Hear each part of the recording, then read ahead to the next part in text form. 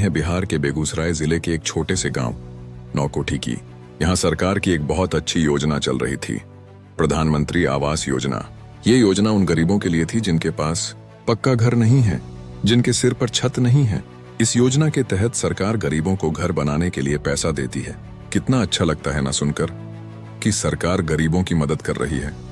लेकिन कहते हैं ना, जहां शहद होता है वहां मक्खियां भी आ ही जाती हैं। इस कहानी में भी कुछ ऐसा ही हुआ।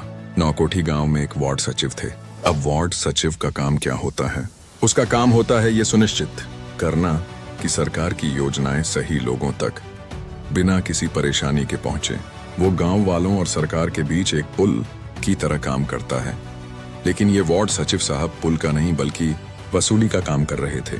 जब भी गांव के किसी गरीब का, किसी जरूरतमंद का आवास योजना का एप्लीकेशन पास होता और सरकार की तरफ से घर बनाने के लिए पहली किश्त का पैसा उनके खाते में आता, तो ये सचिव साहब तुरंत उनके दरवाजे पर पहुंच जाते थे। और पहुंचकर क्या कहते थे? लाओ 20,000 रुपए निकालो।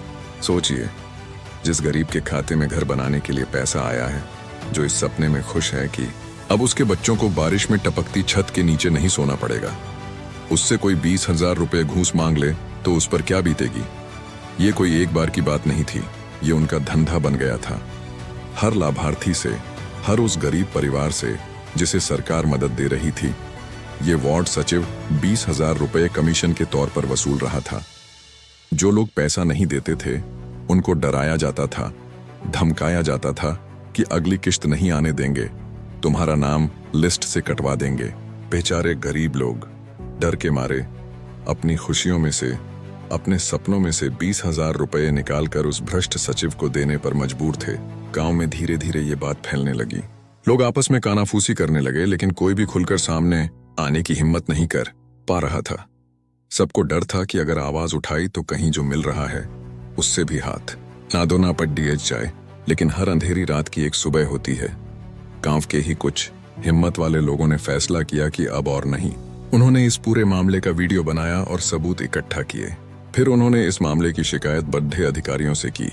जब ये मामला मीडिया में आया और अधिकारियों तक पहुंचा तो डीडीएच कंप मच गया। जांच शुरू हुई और वार्ड सचिव का सारा कच्चा चिट्ठा खुल गया। जो इंसान गरीबों की मदद के लिए रखा गया था, वही उनकी सबसे बड़ी मुसीबत बन गया था। सोच कर देखिए, वो 20,000 रुपये किसी गरीब परिवार के लिए कितनी बड़ी रकम होती है, लेकिन वो पैसा एक भ्रष्ट इंसान की जेब में जा रहा था। ये घटना हमें सिखाती है कि सरकारी योजनाएं कितनी भी अच्छी क्यों न हो, अगर उन्हें लागू करने वाले लोग ही बेईमान हो तो वो गरीबों तक कभी नहीं पहुंच सकती। ये हमारी और आपकी जिम्मेदारी है कि हम अपने आसपास हो रहे ऐसे किसी भी अन्याय के खिलाफ आवाज उठाएं।